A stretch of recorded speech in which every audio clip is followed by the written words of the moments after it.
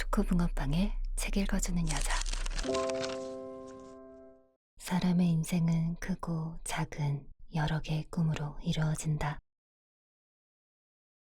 어렵사리 이뤄내는 꿈도 있고, 감히 시도조차 해보지 못하고 끝난 꿈들도 있다. 시간이 흐른 뒤 가장 아쉬움이 남는 것은 줄곧 노력해도 이룰 수 없었던 꿈이 아니라 노력조차 하지 않은 꿈이라는 사실을 우리는 알게 된다. 개인적으로 내 마음속 1위 영화인 픽사 애니메이션 업과 동명소설을 각색한 영화 월터의 상상은 현실이 된다는 바로 그런 꿈에 관한 이야기다.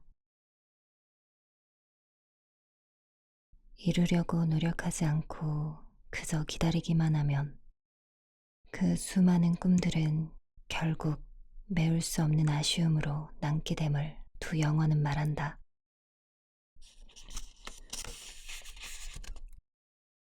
업은 노부부 칼과 엘리의 이야기다.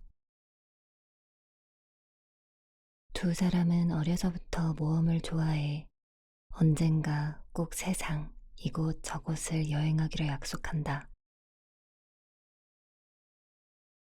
그런 두 사람의 가장 큰 꿈은 남아메리카의 파라다이스 폭포로 가서 폭포가 내려다 보이는 절벽 위에 집을 짓는 것이다. 이 꿈을 이루기 위해 부부는 열심히 일해 돈을 모은다. 하지만 인생의 골목마다 예기치 않은 사건들이 기다렸다는 듯이 터지는 통에 두 사람은 꿈을 이룰 날을 미루고 또 미룬다. 월터의 상상은 현실이 된다의 남자 주인공 월터는 라이프 잡지사에서 포토 에디터로 일하고 있다. 꿈도 포부도 없어 보이는 그가 툭 하면 하는 일은 공상이다. 공상 속에서 그는 스릴 넘치는 갖가지 짜릿한 상황에 처하고 전혀 다른 사람이 되어 모험을 감행한다. 불이 난 건물로 뛰어들어 아기를 구하거나 극지방을 탐험하는 일 등은 무료한 일상에 지친 그를 시도 때도 없이 공상의 세계로 떠나게끔 만든다. 그러나 이렇게 다채롭고 멋진 꿈은 그의 머릿속에서만 가득할 뿐, 현실 속 월터는 지극히 소심하고 소극적인 사람일 뿐이다.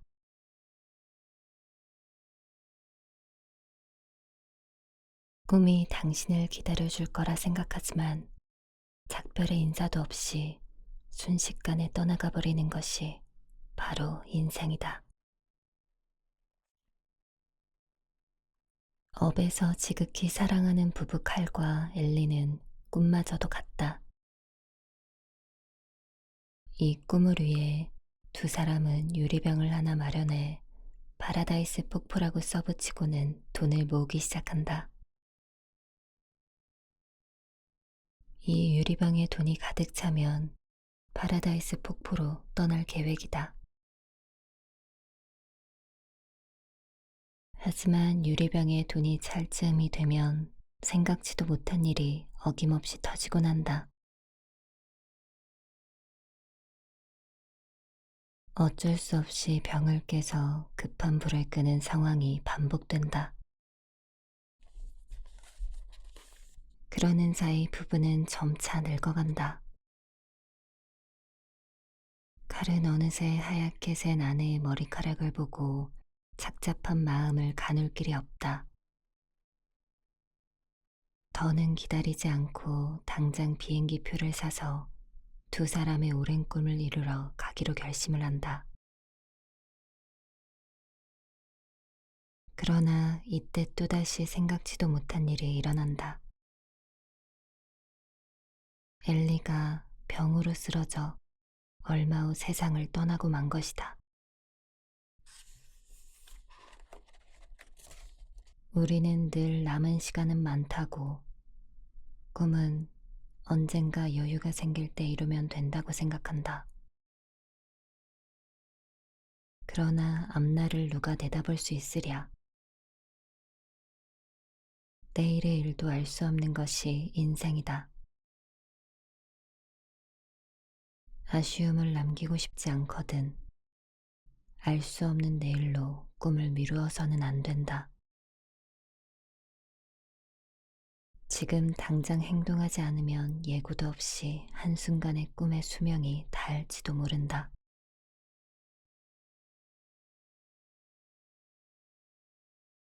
늘 손에 넣고자 꿈꾸던 인생은 늘 피하고만 싶던 변화 속에 감춰져 있다.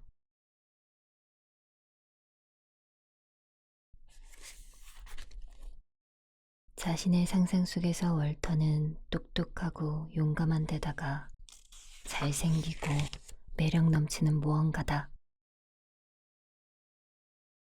주변에서 위기가 발생할 때마다 언제고 용감하게 나서서 세상을 구하는 영웅이다. 현실에서 짝사랑하는 동료 셰릴도 상상 속에서는 월터의 연인이 된다. 이 찬란하고 행복한 상상은 초라하고 따분한 현실과 극명한 대조를 이룬다. 그러던 어느 날, 월터가 다니는 잡지사가 인터넷 출판사로 구조조정을 계획하면서 대규모 감원을 앞두게 된다.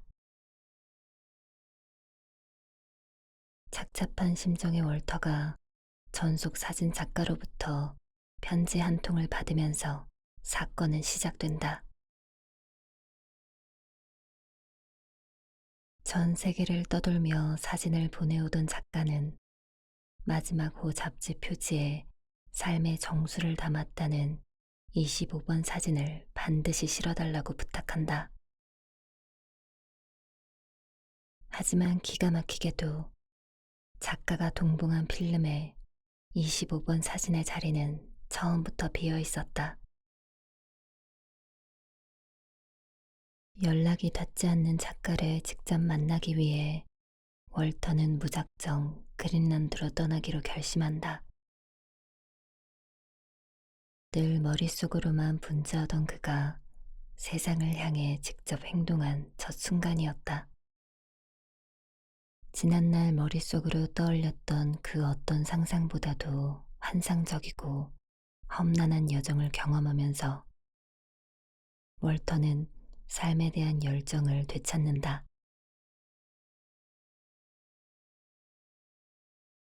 결국 감원의 소용돌이에서 살아남지는 못했지만 월터의 삶은 이미 완전히 달라졌다. 행동하는 것이 그 무엇보다 중요함을 깨달았기 때문이다.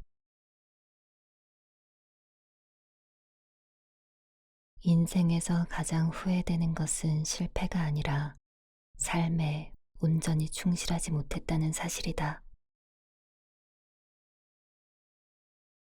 이런 기사를 읽은 적이 있다. 오스트레일리아의 어느 간호사에 관한 이야기다. 간호사 브로니 웨어는 말기 환자 병동에서 일하면서 환자들의 마지막을 돕는 일을 한다. 삶의 종착역을 향해 가는 수많은 사람들을 지켜보며 그녀는 한 가지 사실을 깨달았다. 바로 사람들이 가장 아쉬워하는 것은 원하는 삶을 용감하게 살지 못했다는 점이었다. 사람들의 꿈을 이루지 못하는 이유는 다양하다. 건강이 허락하지 않거나 돈이나 시간이 부족한 경우도 흔하다. 그러나 이유가 어떠했든 행동으로 미처 옮기지 못한 이 꿈들은 곧 세상을 떠날 그들에게 가장 큰 아쉬움으로 남았다. 업의 남편 칼도 마찬가지였다. 칼은 결국 아내와의 약속을 지켜 두 사람의 집을 파라다이스 폭포 곁으로 옮긴다.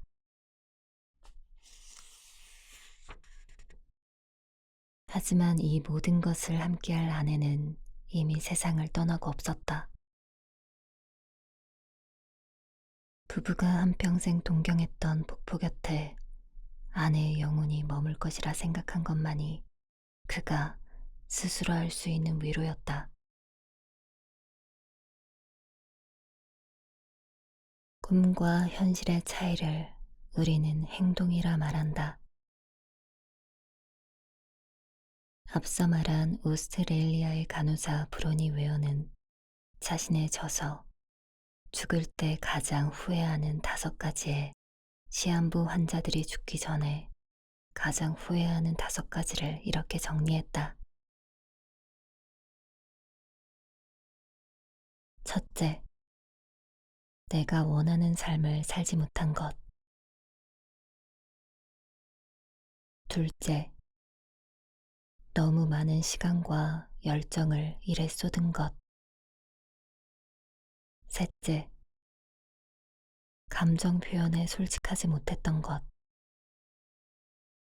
넷째, 소중한 친구들과 연락하고 지내지 못한 것. 다섯째, 내 행복을 위해 노력하지 못한 것. 사실 별로 어려운 일도 아닌 것 같은데 싶을 수도 있다. 하지만 위의 책에서 말하기를 대부분의 환자들은 죽음이 눈앞에 닥쳐서야 이 간단해 보이는 일들을 평생 해내지 못했다는 사실을 절감한다고 한다. 월터와 칼 역시 마찬가지였다. 두 사람의 꿈은 모험이었지만 늘 생활과 타협했다. 시간이 흐를수록 꿈은 점점 더 뒤로 밀려났고 나중에 다시 생각하자, 다음에 하자 하는 생각은 습관이 되었다. 그러다 어느 날 떠밀리듯 상황에 부닥치고 나서야 비로소 행동하기로 결심한다. 꿈은 누구에게나 있다. 하지만 그 꿈을 행동으로 옮길 용기는 누구에게나 있지 않다. 이유가 무엇이든 뭔가를 시도하지 않는다면 꿈은 결코 꿈 이상이 될 수 없다. 그 꿈은 영원히 꿈에 불과할 것이다. 오직 행동만이 꿈과 현실의 거리를 좁혀준다. 칼의 집은 스스로 날아오를 수 없고 월터의 상상도 스스로 현실이 될 수 없다. 칼과 월터가 행동에 옮기겠다고 결심한 뒤에야 모든 것이 가능해졌다. 당신의 꿈도 마찬가지다. 그 꿈이 무엇이든 행동으로 옮길 때 현실이 될 수 있다. 우정은 똑같은 것이 아니라 평등한 것. 한 번도 가보지 않은 길을 기꺼이 손잡고 가는 것. 그것이 우정이다. 가족을 선택할 수 없는 것과 달리 친구는 다양한 상황 속에서 스스로 선택할 수 있다. 친구가 된 사람끼리는 보통 공통 분모가 있게 마련이다. 학창 시절에는 같은 동네에 살거나 같은 학교에 다니는 친구가 대부분이고, 어른이 되어서는 취미가 비슷하거나 같은 집단에 소속된 사람들과 가까워진다. 유유상종이라는 말도 있듯이 사람은 원래 비슷한 부류에 더 끌리는 법이다. 그런데 어린아이의 세계에서 우정은 훨씬 단순하다. 외부의 어떤 조건이 일치하느냐는 아이들에게 중요치 않다. 작은 공 하나를 함께 주고받을 수 있다면, 시시한 농담 한마디로 함께 웃을 수 있다면 그것으로 족하다.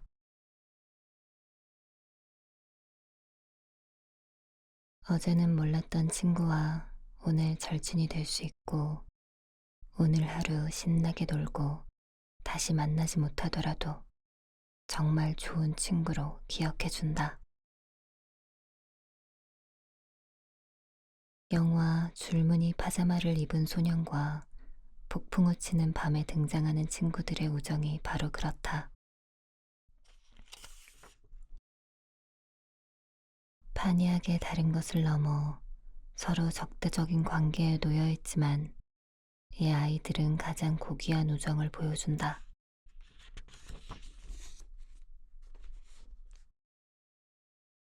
줄무늬 파자마를 입은 소녀는 제2차 세계대전 당시 독일을 배경으로 한다. 12살 브루노는 나치 장교인 아버지가 새로운 부임지로 발령받으면서 시골로 오게 된다. 어느 날 브루노는 집 근처에서 철조망으로 둘러싸인 캠프를 발견하는데 그 안에 있는 사람들은 모두 회색과 흰색이 교차하는 줄무늬 파자마를 입고 있다. 그곳이 유대인 수용소라는 사실을 모르는 브루노는 캠프 안에 사는 슈무엘이라는 이름의 동갑내기 유대인 아이와 금세 친구가 된다.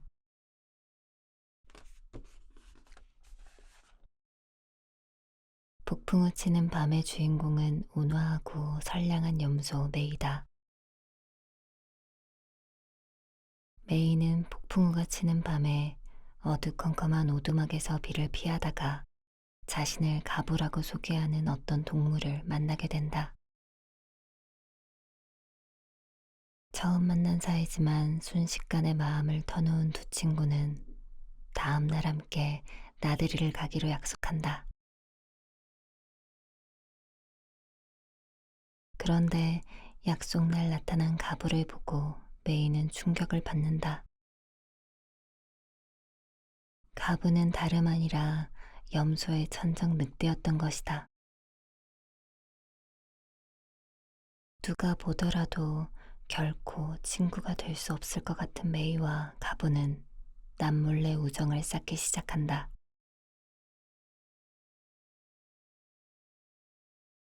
우정의 천칭 위에서 서로는 평등하다. 브루노는 행복한 가정에서 자랐다. 아버지는 군에서 두터운 신임을 받고 있으며 어머니와 누나는 자애롭고 온화하다.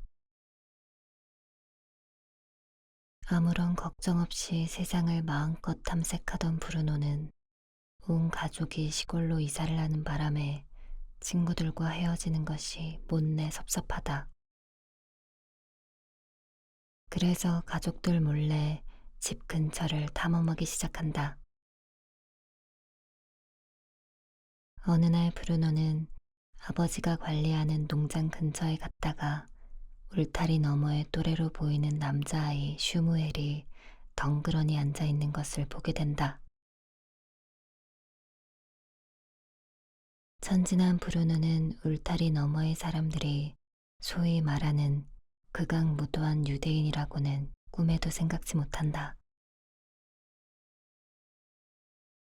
아이의 눈에는 그들이 입고 있는 수의마저 재미있는 놀이를 위해 입은 파자마로 보인다. 호기심이 동한 두 아이는 이야기를 나누기 시작하고 서서히 교감을 쌓으며 좋은 친구가 된다. 두 아이가 모르는 진실을 알고 있는 관객들은 영화를 보는 내내 가슴이 먹먹해진다. 서로 증오하는 무리 속에 속한 두 아이들.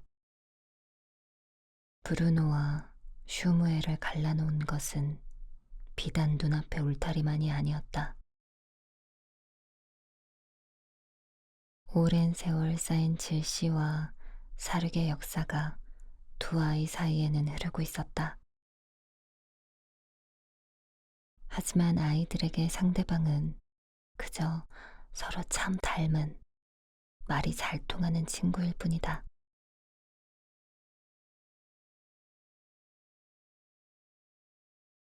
한 번도 가보지 않은 길을 기꺼이 손잡고 가는 것, 그것이 우정이다. 서로의 얼굴을 확인한 순간 메이와 가부는 심장이 덜컥 내려앉을 만큼 놀란다. 하지만 어렵사리 맺은 이 우정이 너무도 소중했기에 서로가 먹고 먹히는 관계라는 것을 잊기로 한다. 냉혹한 현실은 천진한 둘의 생각을 비웃는다.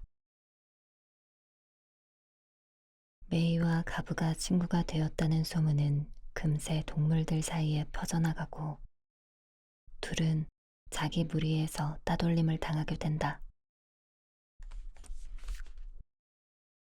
염소들은 메이가 늑대들을 은신처로 불러들일까봐, 늑대들은 가부가 사냥 계획을 미리 누설할까봐 걱정이다. 심지어 각 진영에서는 메이와 가부에게 스파이 노릇을 강요하기도 한다.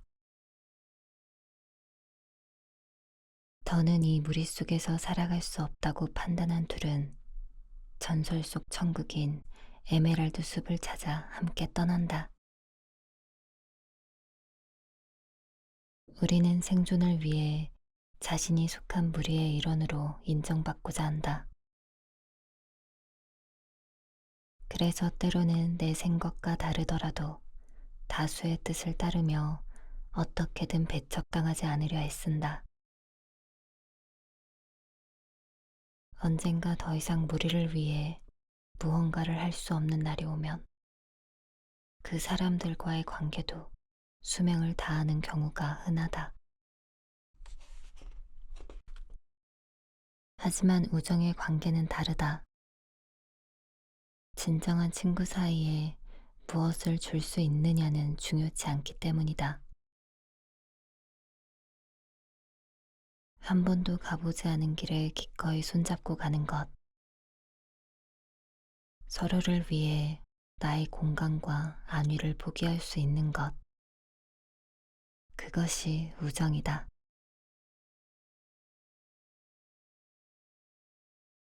친구는 다투되 서로 이해하는 사람들이다.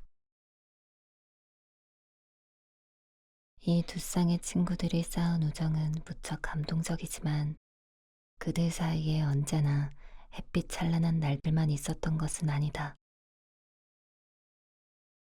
메이와 가부가 처음 나들이를 가기로 약속한 날, 가부는 실수로 도시락을 잃어버린다. 뱃속에서는 꼬르륵 소리가 요동치는데 앞서가는 메이의 토실토실한 엉덩이를 보고 있자니 마치 군침 도는 양갈비가 인사를 건네는 것만 같다. 하지만 금세 이성을 되찾은 가부는 친구를 잡아먹을 생각을 했다는 사실에 부끄러움을 느낀다. 그리고 뒤이어 위급한 상황이 닥치자 메이가 도망칠 수 있도록 자신을 희생한다. 슈무엘과 브루노의 우정도 한 차례 시련을 겪는다. 처음에는 슈무엘이 누군지 몰랐던 브루노도 시간이 흐르면서 자신의 친구가 수감된 유대인이라는 사실을 알게 된다. 어느 날 슈무엘은 청소를 도우려는 지시로 브루노의 집에 불려온다. 브루노는 선의로 빵을 건네는데 그 장면을 그만 아버지의 부하에게 들키고 만다. 혼날까봐 두려웠던 브루노는 친구를 배신하고 슈무엘이 빵을 훔쳐먹었다고 거짓말을 한다. 그 바람에 슈무엘은 호된 매질을 당한다. 하지만 슈무엘은 브루노가 두려움 때문에 자신을 배신했다는 것을 이해한다.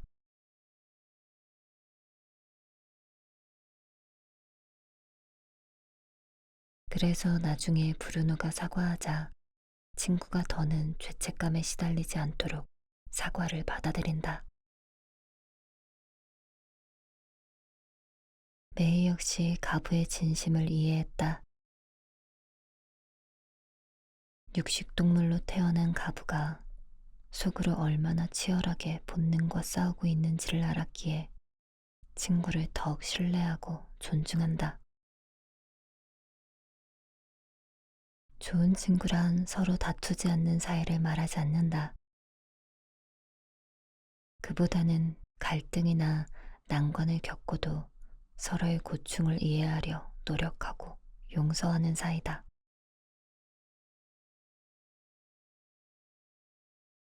남들이 당신을 어떻게 보든 진정한 친구의 태도는 달라지지 않는다. 두 편의 영화는 한 가지 사실을 강조한다. 바로 진정한 우정은 외부의 조건이나 압력에 쉽게 흔들리지 않는다는 것이다.